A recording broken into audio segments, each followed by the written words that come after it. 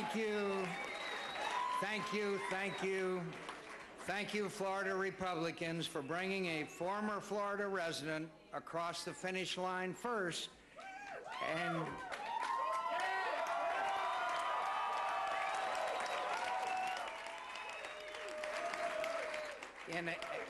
as I have been repeatedly reminded lately, an all-Republican primary.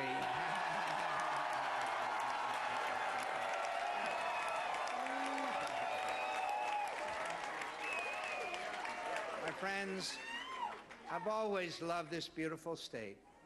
From the time I was a young naval aviator learning my trade in Pensacola, to the time I commanded the largest air squadron in the United States Navy at Cecil Field. Most of all, I've always been indebted to Florida friends and neighbors in Orange Park for taking such good care of my family while I was away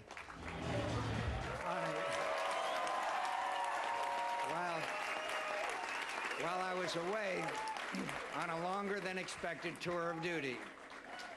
Florida has always been a special place to me, and it is all the more so tonight. Our victory might not have reached landslide proportions, but it is sweet nonetheless.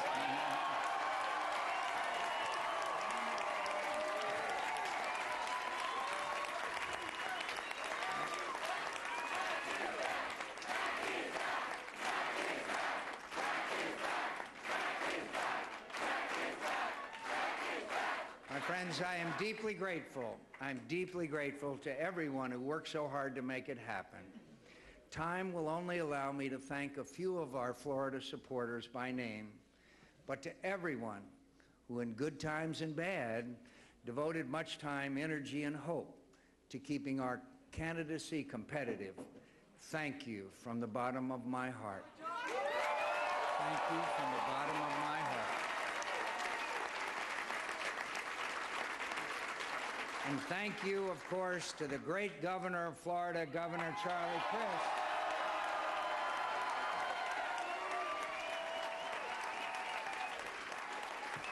My dear friend, Senator Mel Martinez. Thank you, Mel.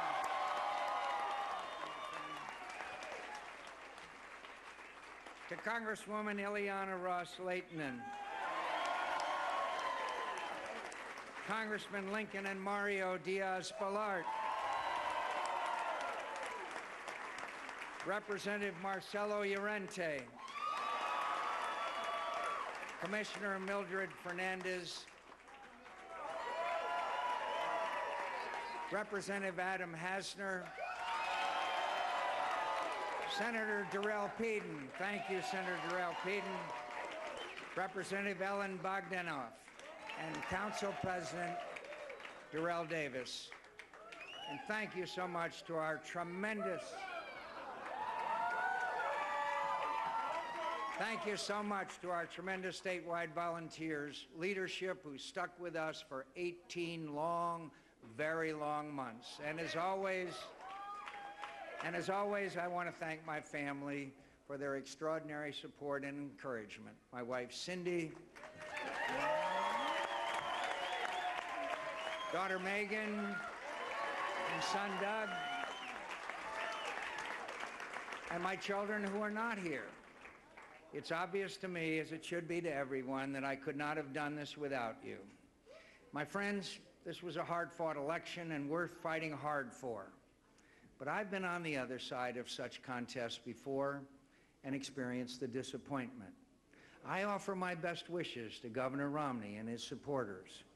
You fought hard. You fought hard. You fought hard for your candidate, and the margin that separated us tonight surely isn't big enough for me to brag about or for you to despair. Governor Huckabee and his supporters, as always, brought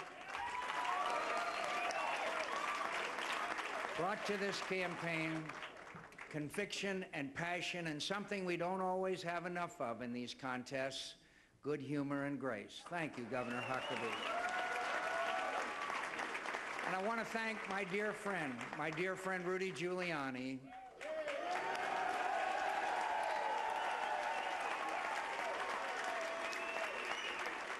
who invested his heart and soul in this primary, and who conducted himself with all the qualities of the exceptional American leader he truly is. Thank you, Rudy. Thank you, Rudy, for all you have added to this race and for being an inspiration to me and millions of Americans. My friends, in 1 week, we will have as close to a national primary as we've ever had in this country. I intend to win it and be the nominee of our party.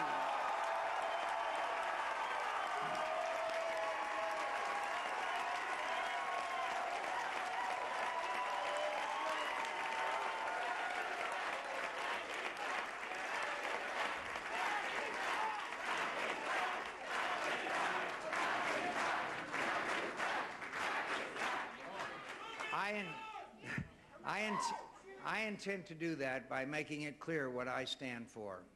I stand for the principles and policies that first attracted me to the Republican Party when I heard in whispered conversations and tap codes about the then governor of California, who stood by me and my comrades, and who was making quite a reputation for standing by his convictions no matter the changing political winds or thought in popular culture. When I left the Navy and entered public life, I enlisted as a foot soldier in the political revolution he began. And I am as proud today to be a Republican conservative as I was then.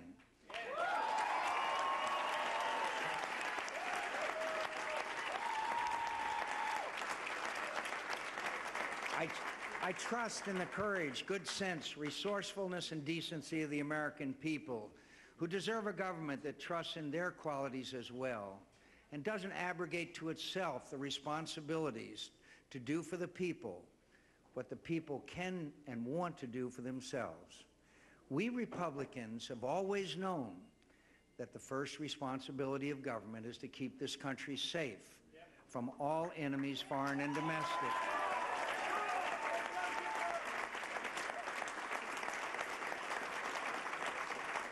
And the American people, unburdened by the heavy hand of government that spends too much of their money on things they neither want nor need, while failing to do as well as we should the things none of us can do individually. Government must defend our nation's security wisely and effectively because the cost of our defense is so dear to us, measured in losses so hard to bear, in the heartbreak of so many families. Government must respect our values because they are the true source of our strength and enforce the rule of law, which distinguishes successful democracies from failed societies and is the first defense of freedom. And the judges we appoint to federal benches must understand that that is their only responsibility and leave to elected officials their responsibility to make the laws they enforce.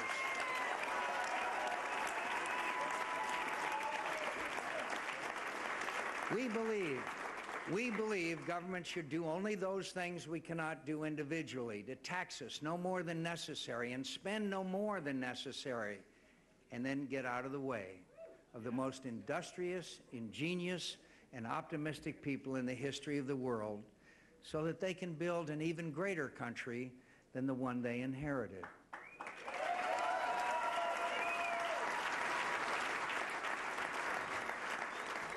My friends, as I said the other week in South Carolina, there's nothing in our country that is inevitable.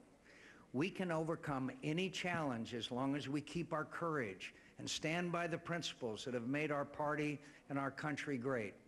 Our party has always been successful when we have, like Ronald Reagan, stood fast by our convictions, and we've only suffered when our allegiance to our principles has not been as steadfast as it should.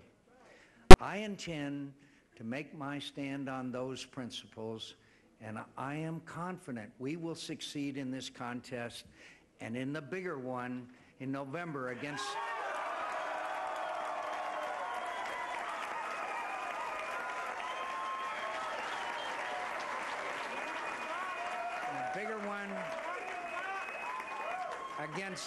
against anyone the Democratic Party nominates.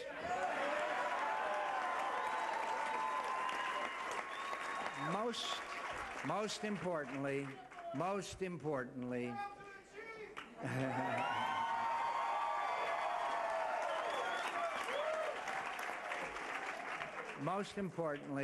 I promise you again, I will always put America, her strength, her ideals, her future, before every other consideration. Tonight, my friends, we celebrate. Tomorrow, it's back to work.